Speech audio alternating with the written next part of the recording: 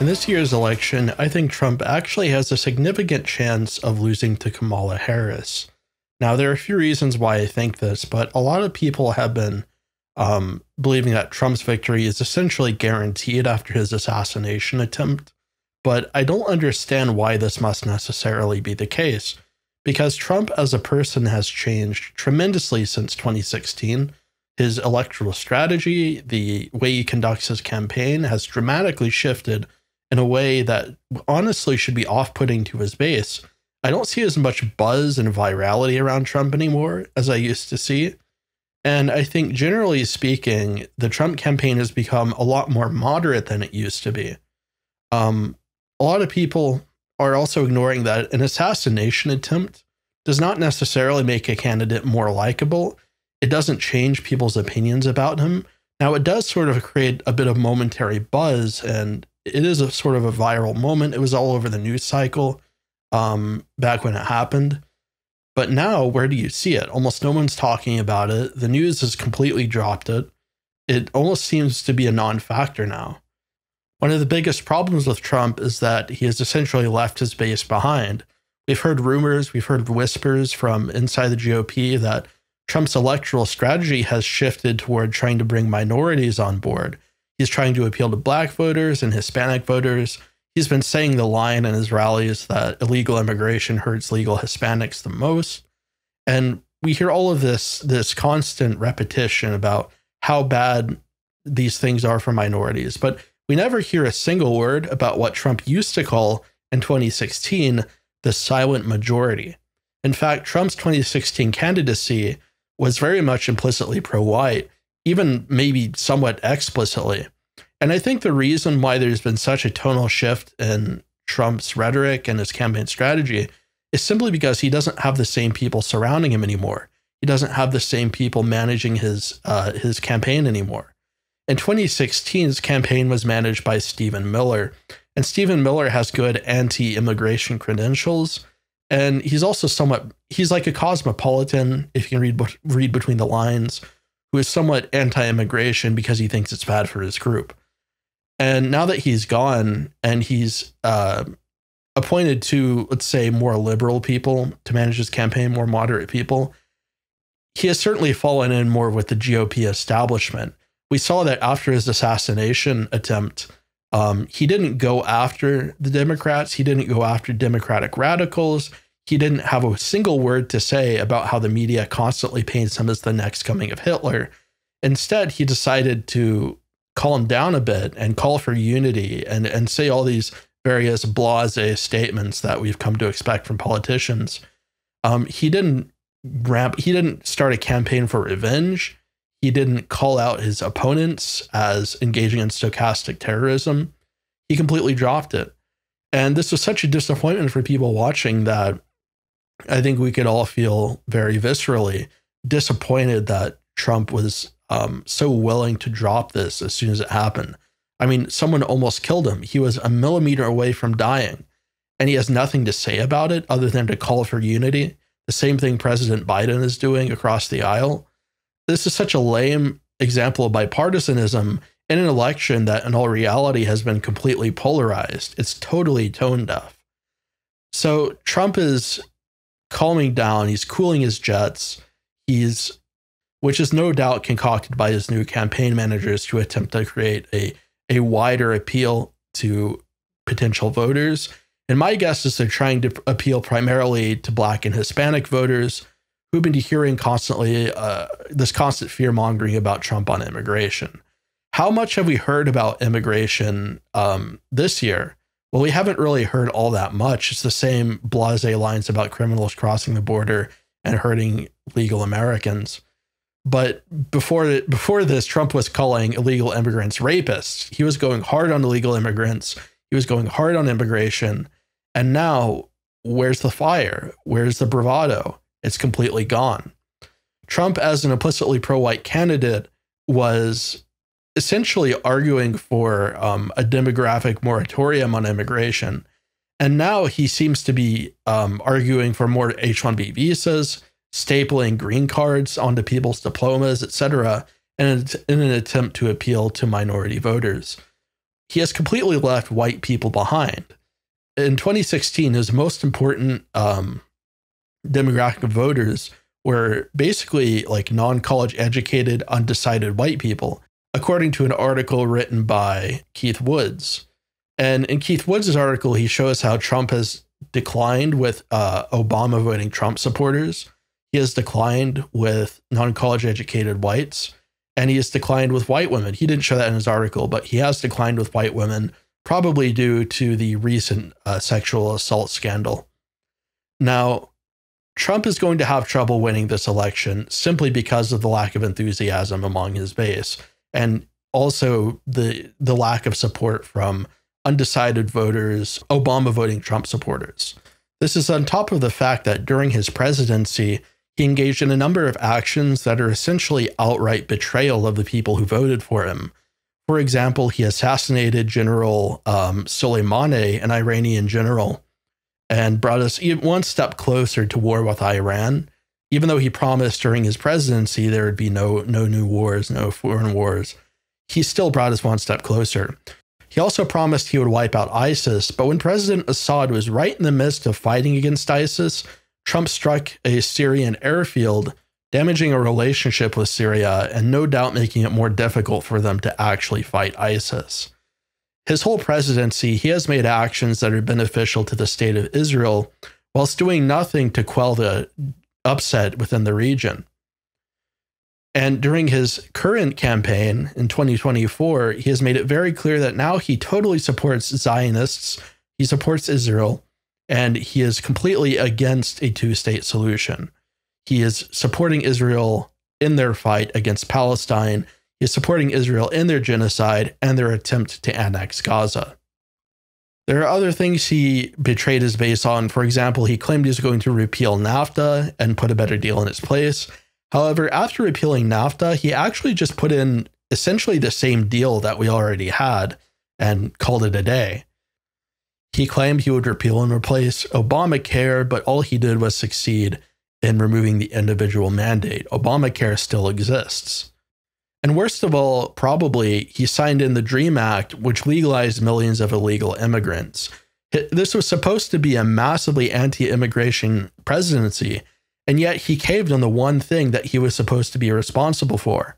So, as Nick Fuentes recently said, if Trump isn't good on immigration, if he isn't good on conflicts in the Middle East, what is he good for? If he's not a pro-white candidate, what is he good for? This has led a lot of people to think that Donald Trump has changed over the years, that for some reason he's become a less radical person, that he has become less dedicated in the political fight for conservatives and conservative values. But actually, Trump himself hasn't changed that much because he's always been a very mercurial person. If you've ever read or seen excerpts from The Art of the Deal, you'll know what I'm talking about, because Trump is essentially just like every other billionaire. He's an opportunist who takes whatever opportunities are presented or available to him. He'll do whatever he needs to do in the moment to benefit himself as a person without any recourse to principles and without any values or underlying plans. People seem to think that Trump is this Machiavellian genius. He's doing like 4D chess, like he's just making concessions to his enemy as a tactical maneuver, and that this isn't actually a betrayal because he's just doing what he has to get in office and get on their good side so he can do whatever he wants. None of this is real. This is complete copium. Trump is basically the sum of the people who surround him. In 2016, that was people like Stephen Miller, especially Jared Kushner. But now it's people like Chris LaCivita and Susie Wiles, who are, again, these like sort of more liberal campaign managers that I've been talking about. There are even rumors that Trump is going to pick Wall Street executives for his cabinet. This is in contrast to 2016 when he claimed under his mantra, drain the swamp, that he would get Wall Street out of his administration. Trump flip-flops all the time on major issues. He brings people in and out of his cabinet at random.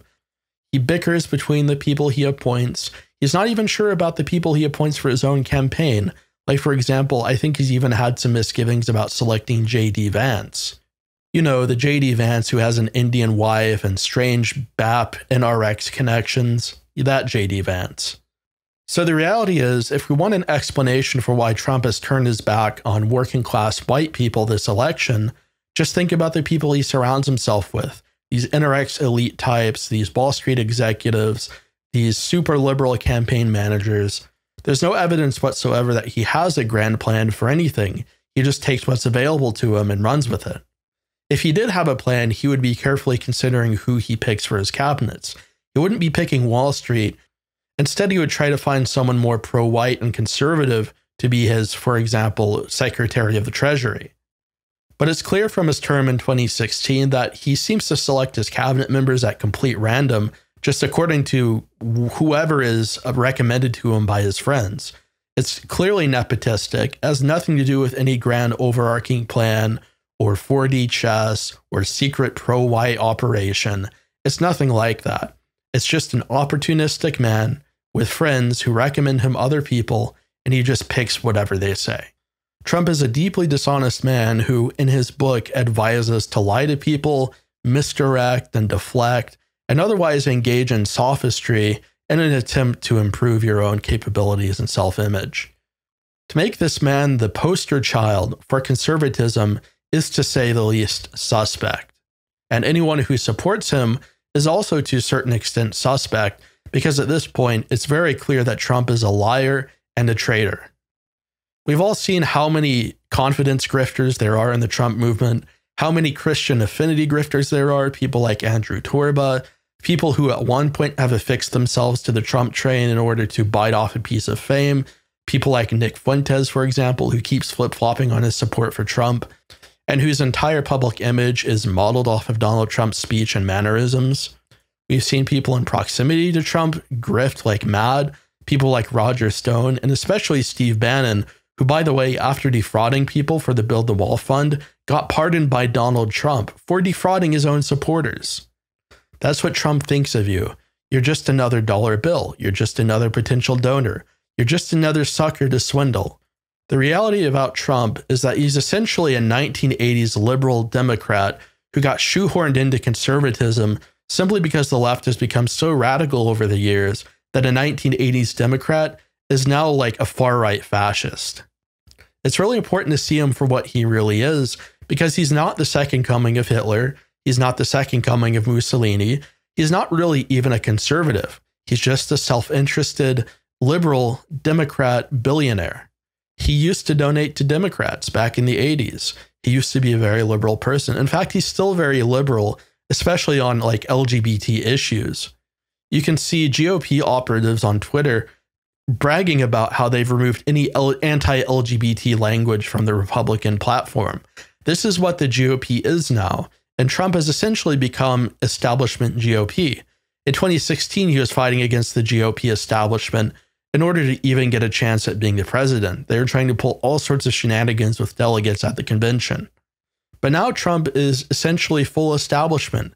He has toned down his message. He's become more moderate so that his fellow GOP members will accept him. And you can see that this is actually working. He's getting more friends in the GOP. People like Ben Shapiro are no longer A-logging him. They have come to accept Trump as the face of the GOP. And yet we're supposed to believe that this is the same man that in 2016 claimed he was fighting against the establishment. Trump had everything to prove during his presidency, to prove that he was a man of the people, to prove that he was a people's president, and yet he squandered that so he could make some friends in high places. That is the person who is currently on the ballot in 2024.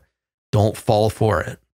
And of course, people are going to say that a Trump presidency will at least not be a Kamala presidency, because Kamala is super pro-BLM, she's a race huckster, she's ultra-liberal and stuff like trans rights and social issues.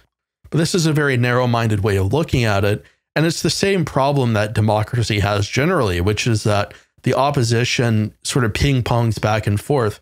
You get a very radical party and then a false opposition party, which is doing the same thing as the radical party, just like 10% slower. And so this convinces you to either vote for the opposition, which is going to do the same thing anyway, or to give up and let the radicals win, which just brings progress along faster. And then people get all worked up over it. They become very cosy, super cosy people, getting in line behind Donald Trump or Kamala Harris, trying to prevent the next Hitler or get Dawn to cross the Rubicon. And they end up trying to punish the other people for supposedly voting this man in. They voted in Hitler. They voted in Stalin. Then we get riots in the streets because people blame each other for what in reality are the machinations of a ruling class who get to decide and pick and choose who is eligible to run, who gets the funding, who gets to run in the party platform. Just as Hans Hermann Hoppe says in Democracy, the God That Failed, the effect is to veil the ruling class, to obfuscate the ruling class, and ensure that they go unpunished while people blame each other for an election that ultimately they have no control over. So my advice is, this time, just don't get roped into it. Politics is a show. It's theater. Democratic politics is oligarchical politics, and there's not a single thing you can do to change it unless you have money. As it stands right now, there's a party of race hucksters who are trying to get through reparations and affirmative action. Then on the other side, we have a party full of people who are essentially pro-immigration. We're going to get all these NRX Indian immigrants coming into the United States, and it'll be through the big, beautiful door. It'll happen completely legally. You understand? There's no winning here. You don't win when the Conservative Party wins. You don't win when the Democrats win. And in fact, in the long run, what's going to happen in the United States as whites become a minority in their own country is that politics is going to more so resemble that in European countries, where you have about 5 different options, and they're all socialist. They're all multicultural. They're all pluralist. The choice is between having 1 million migrants entering your country per year or 2 million per year. It's your choice, voter. And if the moderation of Trump's campaign, the sort of self-moderation, is anything to go by, then the GOP's politics as a whole is going to become so moderate that we can scarcely be able to even call it a conservative party anymore. Today, the issue is trans rights and stuff like trans bathrooms and getting kids on hormone blockers. Tomorrow, the issue is going to be whether we have 1 gay sex orgy or 3 gay sex orgies at the local library. And you'll still get MAGA Q boomer conservatards saying, oh, we got to vote for the single sex orgy. At least it's not 3. Look, I'm tired of this, and you should be tired of it too. We should focus on things that are more productive and more important than mainstream politics. We should have an ideological and consistent basis for our ideas. We should be arguing for them as well as we possibly can. We should have an assiduous dedication to the truth, whatever it is. Mainstream politics, on the other hand, is a waste of time.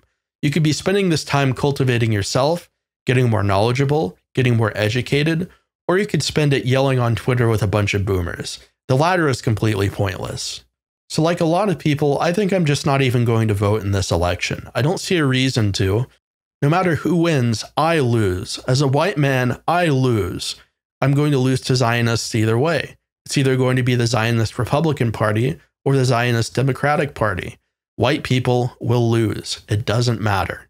There's no reason to get whipped up into causey fits over this. There's no reason to lose friends over supporting Donald Trump or being a publicly visible conservative.